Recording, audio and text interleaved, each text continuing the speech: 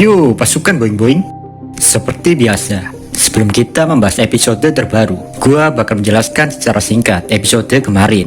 Di episode kemarin, Pelio telah melepaskan hujan meteor dengan tujuan mendapatkan tumbal lebih banyak dari pihak injektor maupun pihak lawan.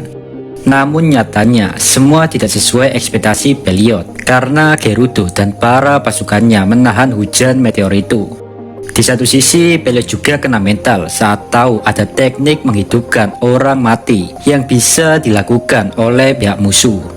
Gak lama setelah itu, Mujica, Gerudo, Carrion, dan Frey bergabung dalam pertempuran. Dan di saat itu juga, Pelio sudah memberikan kekuatannya pada anaknya yang tersisa, yaitu Zest dan Mujica. Zest yang Star Syndrome dengan kekuatan barunya, dia berpikir bisa menjadi dewa. Tapi nyatanya dia langsung jadi almarhum saat terkena tembakan peluru penghakiman milik Carrera. Setelah itu, Carrera berpikir untuk menuju Pelio demi membantu teman-temannya. Tapi tiba-tiba datang Zelanus menendang Carrera dan membuat lengan Carrera hancur. Di situ Zelanus memakan Zest demi mendapatkan kekuatan. Lalu setelah itu Zelanus bergerak lagi dan berniat membunuh Carrera. Tapi hal tersebut gak berhasil karena Milim datang tepat waktu untuk melindungi Carrera. Sementara di pertarungan yang lain, Mujica melawan Midley, dan di scan kali ini Midley menunjukkan wujud naganya. Di situ Mujica pun mengeluarkan teknik terkuatnya, tapi serangan itu berhasil ditangkis Midley. Tepat setelah itu Midley langsung memukul Mujica, yang dimana langsung membuat Mujica jadi almarhum. Lalu pertanyaannya, apa yang akan terjadi pada Pelio dan Zelanus dalam pertempuran kali ini? Apakah mereka bisa memenangkan pertempuran atau hanya mati konyol? Dan di video kali ini akan membahas siapa pemenang pertempuran ini. Jadi siapkan tempat yang nyaman, kalau bisa ada gorengan atau cemilan, dan enjoy your watching. Midley yang telah membunuh Mujica, dia pun bergabung dengan yang lain demi mengalahkan Pelio. Di satu sisi, aksi Midley dalam bertarung dapat sejenak menghibur Carrera yang lagi depresi. Carrera ngerasa lengannya masih belum sembuh dari serangan Zelanus. Di satu sisi, dengan kematian Mujica, otomatis Pelio bertambah kuat. Saat melihat hal itu, suara dalam hati Carrera berkata, "Sial, tidak kusangka injektor bernama Pelio itu menjadi musuh yang sangat merepotkan." Diketahui, Pelio masih mendominasi medan pertempuran. Melalui kematian Mujica membuat seluruh tubuh Pelio bertransformasi, dan kini tubuh Pelio dilapisi baju besi. Pelio juga memiliki pedang serta memiliki ketangkasan tentang segala teknik berpedang. Secara gampangnya, semua kemampuan dan pengalaman bertarung Mujica menjadi milik Pelio, yang berarti Pelio sudah bisa bertarung dengan jarak dekat. Dengan kata lain, Pelio tidak memiliki kelemahan lagi. Walaupun Midley membantu melawan Pelio, tapi situasi tetap memburuk. Di satu sisi, Carrera semakin menyalahkan dirinya sendiri. Carrera melototi lengannya yang masih belum bisa digerakkan. Carrera berkata, bergeraklah, kumohon bergeraklah. Jika tidak, teman-temanku bisa mati pakai arrow. Kumohon, bergeraklah, Tatakai Sasageo." Lalu tiba-tiba setitik harapan muncul. Pistol Carrera bersinar dan terdengar suara goib begini, cuy. "Akan kupinjami kau kekuatanku, Carrera." Di lain cerita, yaitu pertarungan antara Milim melawan King Zelanus. Pertarungan mereka berdua membuat langit terbelah dan planet ini bergetar. Sebenarnya pertarungan ini bisa menghancurkan planet, tapi nyatanya planet ini tetap utuh. Hal itu dikarenakan Milim dan Zelanus tetap melindungi planet ini dengan penghalangnya. Namun penghalang Zelanus memiliki efek dan fungsi yang berbeda. Penghalang Zelanus membuat Pelio dapat menyerap semua orang yang meninggal, sekaligus untuk menghambat Milim memasuki medan pertempuran. Semua ini direncanakan Zelanus matang-matang, biar dia bisa mengalahkan Carrera dan memiliki kekuatannya. Karena jika Carrera bersatu dengan Milim untuk melawan Zelanus, maka Zelanus tidak akan memiliki kesempatan untuk menang. Milim sebenarnya ingin menghancurkan penghalang milik Zelanus, tapi jika Milim melakukan hal tersebut, maka penghalang yang dia buat akan ikutan hancur. Alhasil, Milim telat 10 detik. Untungnya sih masih sempat, jadi Carrera nggak mati anjing. Alah, 10 detik aja diribetin bang. Waduh, Anda ini tidak tahu, 1 detik saja di medan pertempuran lebih berharga daripada Krabby Patty dan seluruh bikini bottom, pak. Pertempuran Milim dan Zelanus semakin memanas. Tinju, tendangan, sundulan kepala. Mereka berdua saling jual beli serangan dengan begitu sadisnya, tanpa mau mengalah satu dengan yang lain. Kedua petarung itu bertarung dengan sangat sengit, hanya menggunakan tubuh mereka sebagai senjata. Di tengah-tengah pertarungan, sejenak mereka berdua basa-basi busuk dan saling memuji satu dengan yang lain. Milim yang tersanjung akhirnya menunjukkan mode tempurnya sambil memegang pedang Asura pemberian Ki Crimson. Di situ Milim bertanya, "Oi Zelanus, kau itu kuat, tapi kenapa kau memilih menjadi seorang pengecut hanya untuk menjadi seorang pemenang?" Zelanus pun menjawab, "Aku tidak peduli kau berkata apa, asalkan aku bisa menang. Kupikir menjadi pengecut pun tidak buruk bagiku, karena aku ingin melampaui pencipta isekai, Vildanava." "Ya, hanya itu saja," ucap Zelanus. Bagi Milim, terlepas dari sifat pengecutnya Zelanus adalah orang berbahaya untuk dunia jika dibiarkan hidup. Mereka berdua pun mulai serius. Kedua-duanya mengeluarkan aura yang sangat mengerikan. Bentrokan dari kedua aura itu menimbulkan ledakan kompresi plasma tersebar di segala penjuru tempat ini. Dan setelah itu, pertarungan dimulai kembali. Milim mulai mengeluarkan Dragon Nova yang langsung ditembakkan ke arah Zelanus.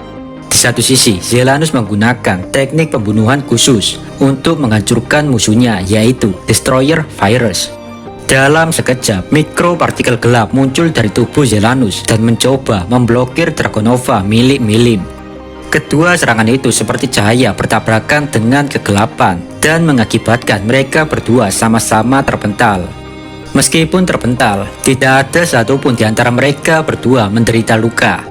Mereka hanya kelelahan fisik dan mental saja. Kini Zelanus mulai berdiri dan menatap Milim.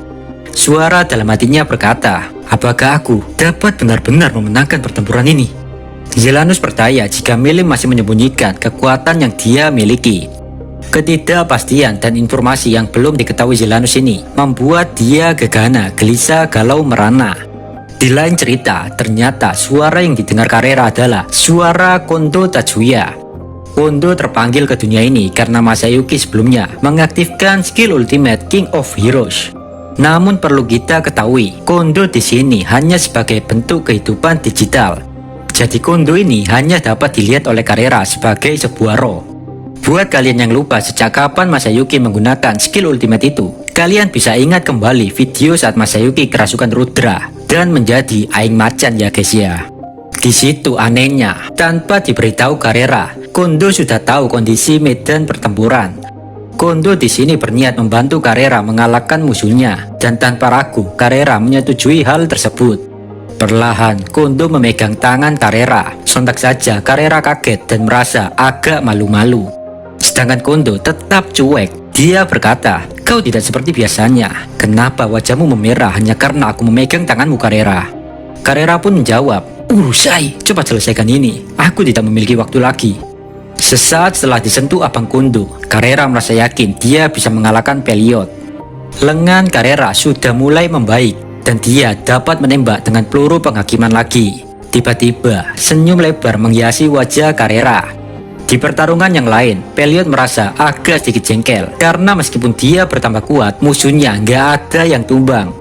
Dan hal ini menimbulkan frustasi dalam diri Peliot. Midley, Obera, Carrion, Frey, Gerudo, Kobuta, dan Rangga, mereka semua bekerja sama dengan sangat epik. Ya walaupun nggak bisa melukai Peliot juga sih pak. Di situ posisinya, Obera sebagai pengatur pergerakan tim, Kobuta, Rangga, dan Midley sebagai pengalih perhatian, Carrion dan Frey menyerang dari udara dan daratan. Sedangkan saat Peliot menyerang, Gerudo akan menahan semua serangan Peliot. Menurut Peliot, di antara musuhnya yang paling menyebalkan adalah Gerudo. Gerudo telah menerima serangan Peliot berkali-kali, tapi dia terus menahan serangan Peliot. Gerudo bangkit lagi dan lagi dengan kemampuan regenerasinya. Bahkan Gerudo juga menggunakan Grand Protection untuk melindungi rekan setimnya. Tatapan mata Gerudo yang dipenuhi dengan keyakinan membuat Peliot muak. Padahal nyatanya Gerudo sudah mencapai batasan tubuhnya. Perlahan tapi pasti, Gerudo pun ambruk dan dia tidak kuat lagi menahan serangan bertubi-tubi dari Peliot. Gerudo jatuh dan berlutut. Suara dalam hati Gerudo berkata, "Sial, aku tidak memiliki tenaga untuk bertarung lagi." Saat melihat hal itu, Peliot tertawa. "Wahahaha, akhirnya kau tumbang juga bajingan. Aku akan mengakhiri hidupmu dengan seranganku selanjutnya," ucap Peliot. Di sini Peliot yakin dengan tumbangnya Gerudo, maka Peliot pasti bisa dengan mudah membunuh Obera dan yang lain. Tapi di lain sisi, dalam jiwanya, Peliot sangat mengkhawatirkan ayang Jelanus yang lagi bertarung melawan Milim. Peliot memiliki firasat yang gak enak tentang hal tersebut. Tapi di saat yang sama, tiba-tiba bulu jembut Peliot merinding. Hawa dingin menjalar di punggungnya. Peliot merasakan ada seseorang yang masuk ke dalam penghalang miliknya. Seketika itu juga, Peliot langsung menghadap ke belakang. Dan dia melihat ada seorang janda Fir'aun berambut kuning. Dia adalah Carrera. Carrera sedang menodongkan pistol ke arah Peliot. Tanpa banyak bacot, Carrera menarik pelatuk pistolnya dan duar. Peluru sudah dilepaskan Carrera. Peliot tidak bisa mengantisipasi serangan tiba-tiba itu. Alhasil, peluru tersebut menembus kepala Peliot dan Peliot langsung jadi almarhum. Di lain cerita, Jelanus tidak menyangka Peliot telah meninggal. Situasi yang tidak menguntungkan ini membuat Jelanus berniat mengundurkan diri dari medan pertempuran. Awalnya rencana Jelanus adalah menunggu Peliot membunuh semua jenderal musuh untuk merebut kekuatan mereka, yang otomatis hal itu bisa membuat Peliot menjadi makhluk yang ngeri dan kuat. Dan saat Peliot jadi kuat, maka dia bisa membantu Jelanus mengalahkan Milim. Tapi kini Peliot telah kalah dan Jelanus gak yakin bisa mengalahkan Milim sendirian. Yang bahkan Milim masih menyembunyikan kekuatan dirinya. Di situ Jelanus akhirnya memilih kabur dan Milim sengaja melepaskannya. Milim memiliki alasan sendiri untuk melakukan hal tersebut. Milim sudah mempertimbangkan segalanya. Dan Milim mengambil kesimpulan jika yang harus didahulukan adalah kondisi rekan-rekannya yang lagi terluka parah dan butuh penyembuhan. Di cerita yang lain, Carrera sangat bahagia. Dia berkata, "Lihatlah Kundu, kita menang." Tapi tidak ada jawaban dari Kundu. Roh milik Kundu yang ada di belakang Carrera telah menghilang. Dengan perasaan sedih melepaskan kepergian ayang Kundu, Carrera menatap langit. "Oi Kundu, aku tahu kau sengaja datang karena kau mengkhawatirkanku kan?" ucap Carrera dengan nada penuh kesedihan sambil berusaha tersenyum. "Aduh, patah hati Dik, cinta beda alam." Di satu sisi, Gobutta dan Rangga berteriak merayakan kemenangannya, sedangkan Gerudo langsung ambruk. Tapi sebelum jatuh ke tanah, Obera membantunya untuk berdiri. Obera berkata, "Kerja bagus Gerudo-san." Sementara Frey dan Carrion tertawa puas atas kemenangan mereka. Gak lama ada Gabiru dan para bawahnya datang. Gabiru langsung menyiapkan tandu untuk Gerudo sambil menaburkan obat pemulihan. Di satu sisi, Midley mengangkat tangannya sambil berteriak, "Kita menang!" Carrera pun menghampiri Midley dan mereka berdua saling ngobrol santuy. Dalam obrolan itu, mereka menyadari jika mereka memiliki tujuan yang sama, yaitu menjadi lebih kuat. Midley pun memutuskan mengajak Carrera menjadi teman berlatihnya. Mendengar hal itu, Carrera pun setuju dan mereka berdua akhirnya berjabat tangan.